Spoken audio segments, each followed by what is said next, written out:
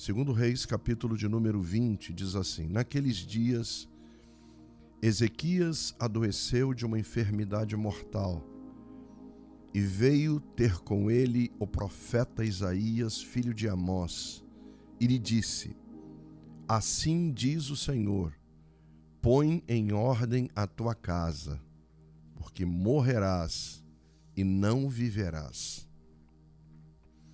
Então Ezequias virou o rosto para a parede e orou ao Senhor, dizendo: Lembra-te, Senhor, peço-te, de que andei diante de ti com fidelidade, com inteireza de coração, e fiz o que era reto aos teus olhos. E chorou muitíssimo. E antes que o profeta Isaías tivesse saído da parte central da cidade, veio a ele a palavra do Senhor, dizendo: Volta e fala a Ezequias, príncipe do meu povo. Assim diz o Senhor, o Deus de Davi teu pai: ouvi a tua oração e vi as tuas lágrimas. Eis que eu te curarei ao terceiro dia, e tu subirás à casa do Senhor. Acrescentarei aos teus dias 15 anos, e das mãos do rei da Assíria te livrarei, a ti e a esta cidade, e a defenderei esta cidade por amor de mim e por amor de Davi meu servo. Disse mais Isaías: Tomai uma pasta de figos. Tomaram-na e a puseram sobre a úlcera, e ele recuperou a saúde.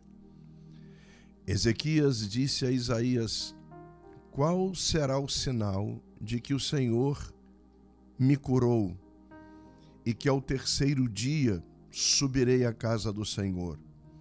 Respondeu Isaías: Ser-te-á isto da parte do Senhor como sinal de que ele cumprirá a palavra que disse. Adiantar-se-á a sombra 10 graus, ou os retrocederá.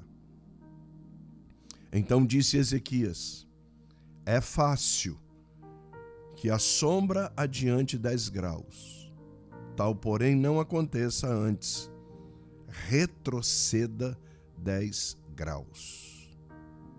Então o profeta Isaías clamou ao Senhor, e o Senhor fez retroceder 10 graus a sombra lançada pelo sol declinante no relógio de Acás. Louvado e exaltado seja o Senhor por essa palavra gloriosa. Eu quero trazer aqui uma mensagem que vai abençoar a tua vida, que vai trazer um renovo, que vai trazer fortalecimento para você, para sua família, para sua casa, para os seus filhos. E o tema é: vença as suas dores. Vamos orar? Pai, te louvamos pela leitura da tua santa, bendita e gloriosa palavra, e te pedimos mais uma vez que tu fales conosco através dessa mensagem, para que no final dela entreguemos a ti toda a honra, toda a glória e todo o louvor, no nome de Jesus. Amém e amém. Meus queridos irmãos, meus amados amigos da palavra de Deus, na vida, frequentemente, nos encontramos diante de situações que parecem não ter solução. Ezequias, rei de Judá, viveu um desses momentos, quando ele recebeu a notícia de que a sua morte estava próxima. E sua resposta a essa notícia foi uma oração fervorosa. O texto que nós lemos diz que ele virou para a parede, fez uma oração fervorosa, e essa oração moveu o coração de Deus, que instantaneamente alterou o curso do destino de Ezequias. Ezequias, que era o rei de Judá, ele tinha 39 anos. E quando nós lemos a Bíblia, nos capítulos anteriores, nós somos informados de que ele fez grandes reformas espirituais no país. Ezequias, ele restaurou o reino de Judá. Ele trouxe de volta a adoração a Deus, que naquele tempo já não existia mais. As pessoas estavam perdendo o brilho. Elas já não adoravam mais a Deus, já não cultuavam mais a Deus de todo o coração. Então, ele restaura a adoração no país. Mas os capítulos anteriores a este que nós lemos, que é o 20, também nos traz a informação de que o reino de Judá estava em guerra. Eles estavam enfrentando Senaqueribe, rei da Síria. Os capítulos anteriores afirmam que Ezequias venceu o exército assírio. E mesmo assim, ele se viu diante de uma sentença de morte. O profeta Isaías, que era contemporâneo de Ezequias e que conhecia de perto o rei Ezequias, que em oportunidades ia para o templo e orava juntamente com Ezequias. Isaías sabia que Ezequias era um homem de Deus, um homem que orava, um homem que buscava a Deus, um homem que queria o melhor para o reino. Ele vai lá e leva uma sentença da parte de Deus: põe em ordem a tua casa, porque morrerás e não viverás. É uma palavra muito dura. E a gente aprende que, independentemente da nossa caminhada espiritual, todos nós enfrentamos reveses, dificuldades e desafios que parecem ser maiores do que nós. É possível que você esteja enfrentando um desafio gigante, está diante de você, algo que precisa ser resolvido rápido, com urgência, tem que ser resolvido nessa semana.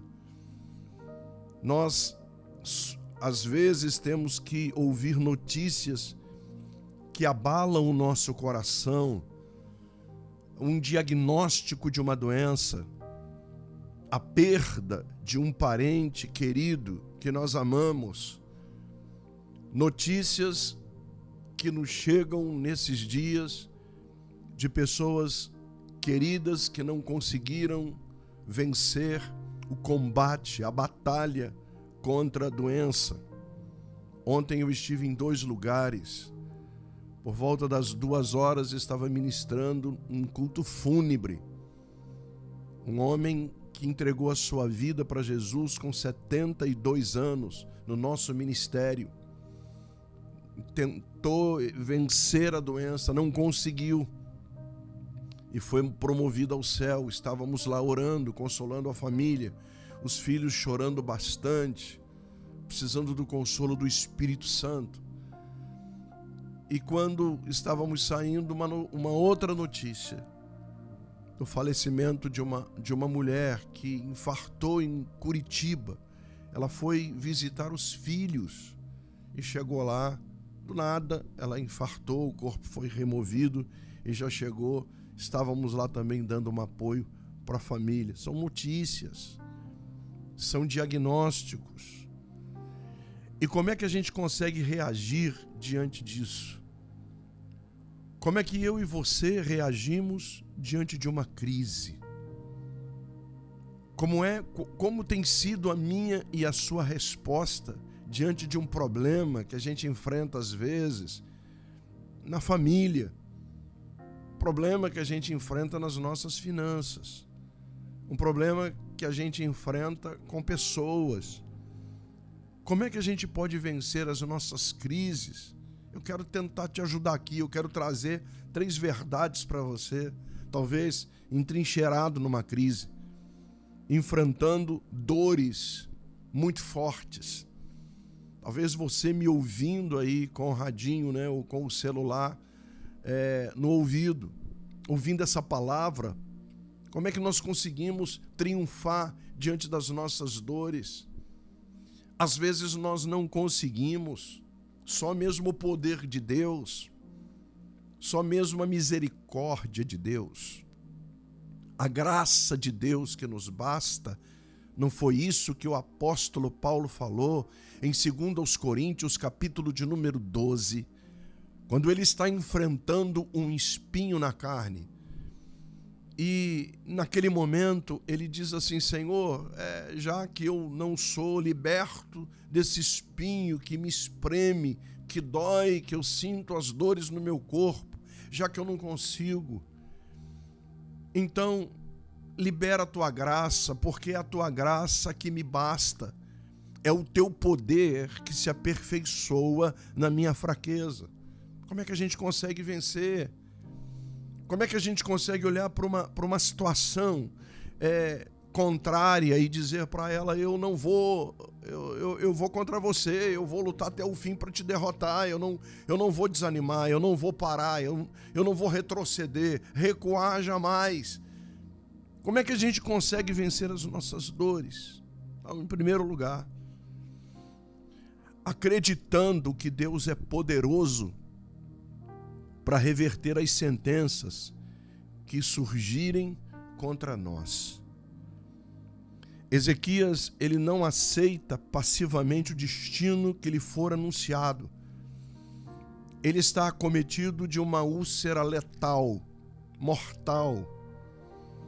E ele recebe a palavra profética de que morreria, que ele deveria colocar a casa dele em ordem, porque já já a morte bateria na sua porta.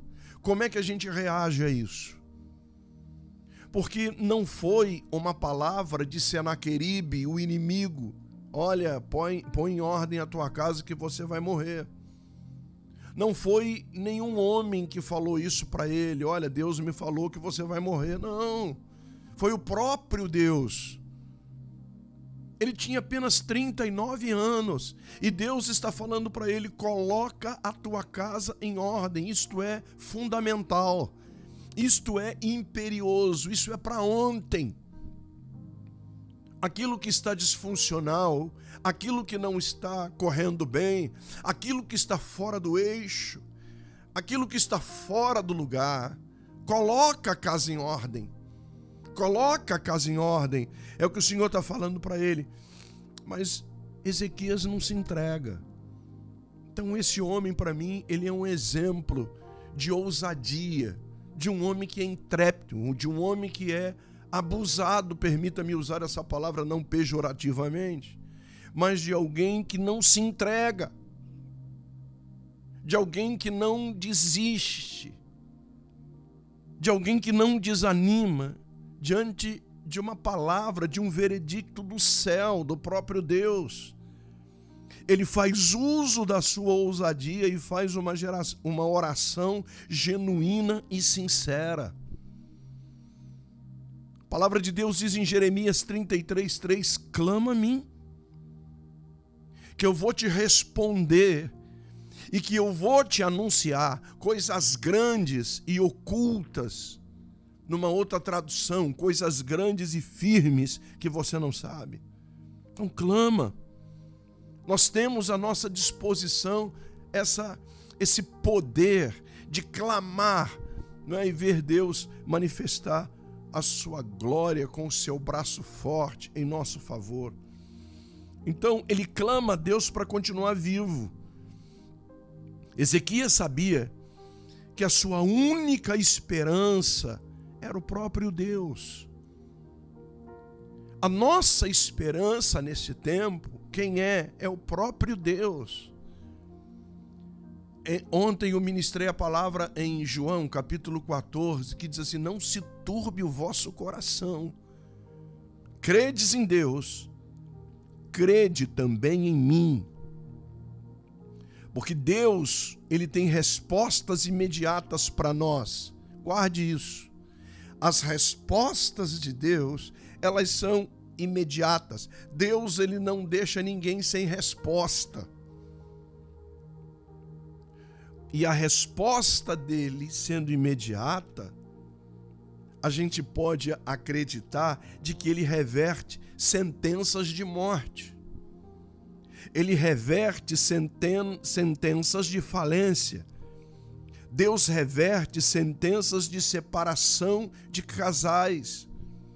Reverte sentenças de doença. Ele é maior do que a úlcera estomacal que estava em Ezequias. Ele é maior do que o câncer.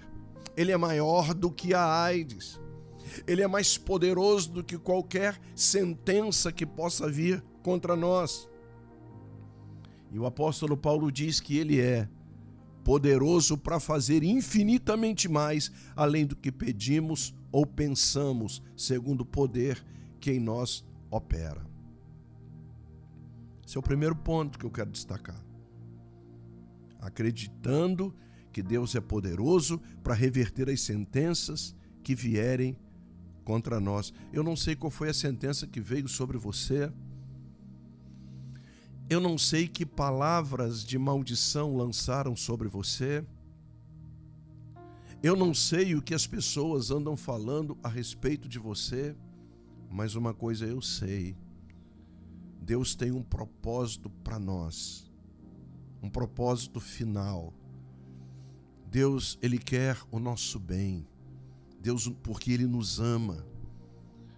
O apóstolo Paulo diz em Efésios, capítulo de número 2, que ele conheceu o amor de Deus. O amor de Deus é riquíssimo, disse o apóstolo Paulo.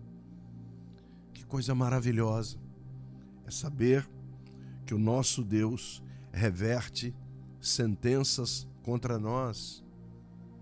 As pessoas diziam para Davi: Davi, você vai morrer, você não vai aguentar, Saul vai te achar e vai te liquidar, não tem como. Israel é uma potência, ele sabe onde você está, ele vai te achar, Davi. Saul não vai deixar você viver, ele está com muito ódio de você, ele vai te matar.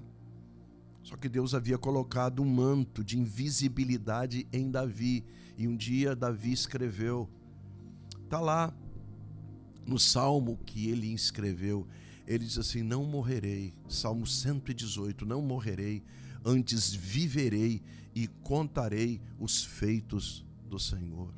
Jó foi outro, que os amigos não tinham palavras para consolá-lo, dizendo para Jó: Jó, confessa o teu pecado, diz logo o que você fez, porque não é possível você atravessar um vale tão escuro, um deserto tão denso, uma situação tão difícil. Paz, abre a boca, fala o que está acontecendo. E ele só dizia: eu sei que o meu Redentor vive. Diziam para Jó: você está pele e osso, você já não tem mais carne, você já não tem mais nada, você já não tem mais família, você já não tem mais saúde. Olha aí como você está, cheio de chagas purulentas. E ele dizia: eu sei que o meu Redentor vive. E Deus reverteu a situação de Jó, dando filhas maravilhosas para ele, abençoando a vida financeira dele. Por quê? Porque Jó não perdeu a esperança. Ele não perdeu a esperança em Deus. Isso é lindo, que coisa tremenda. Segunda coisa, eu vejo aqui, é que a minha vida e a sua vida podem trazer bênçãos para nossa casa, para nossa família, quando decidimos colocar a nossa casa em ordem. O que é que está fora do lugar na tua casa?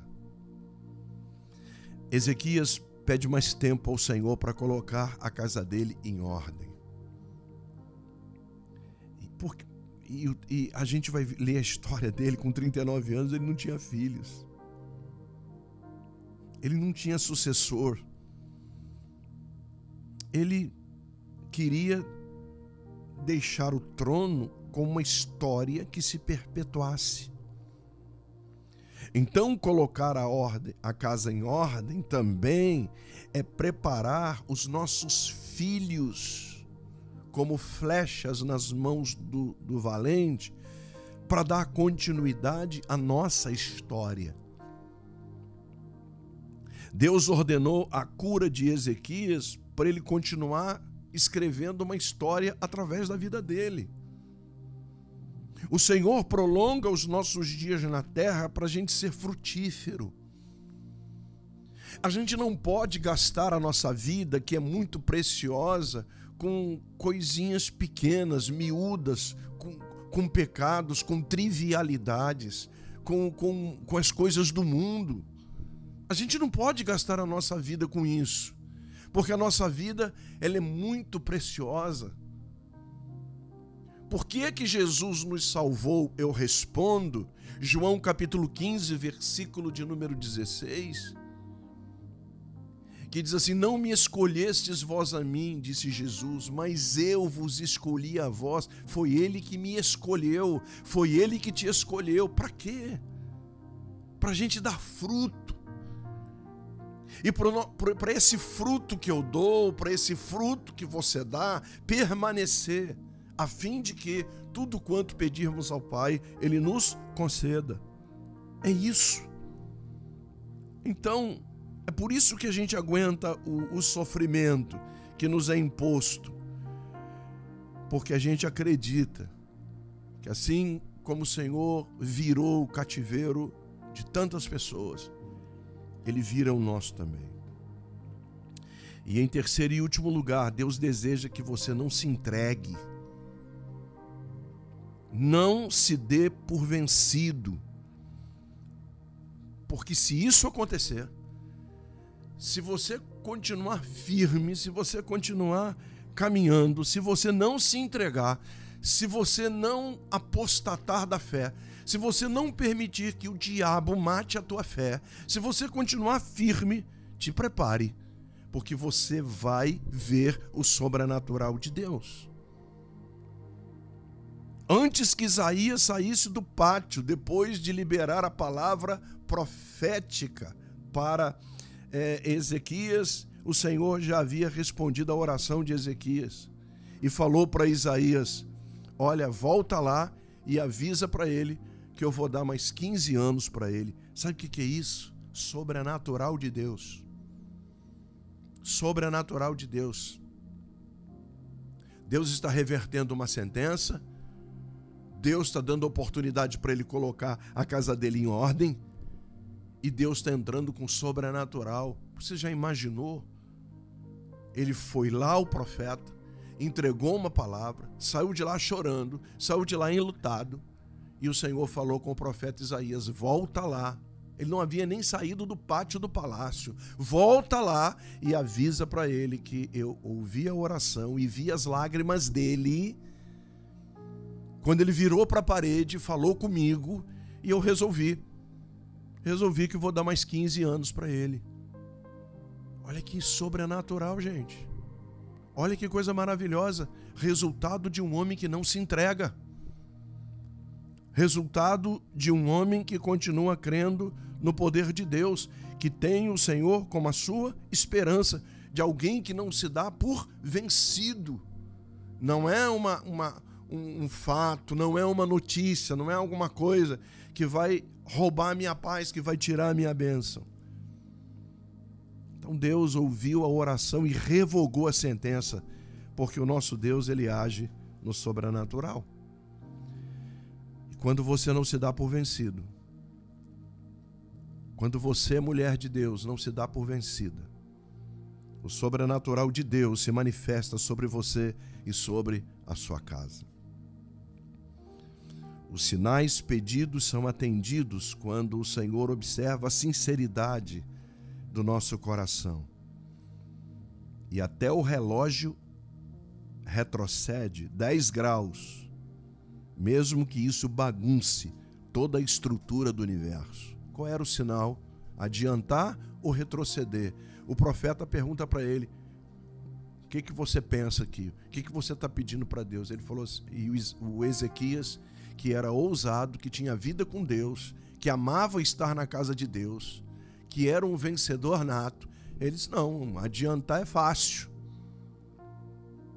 Eu quero pedir para retroceder, porque retroceder 10 graus do relógio de Acabe, da sombra do relógio de Acabe, era mexer em toda a estrutura do universo, meu irmão.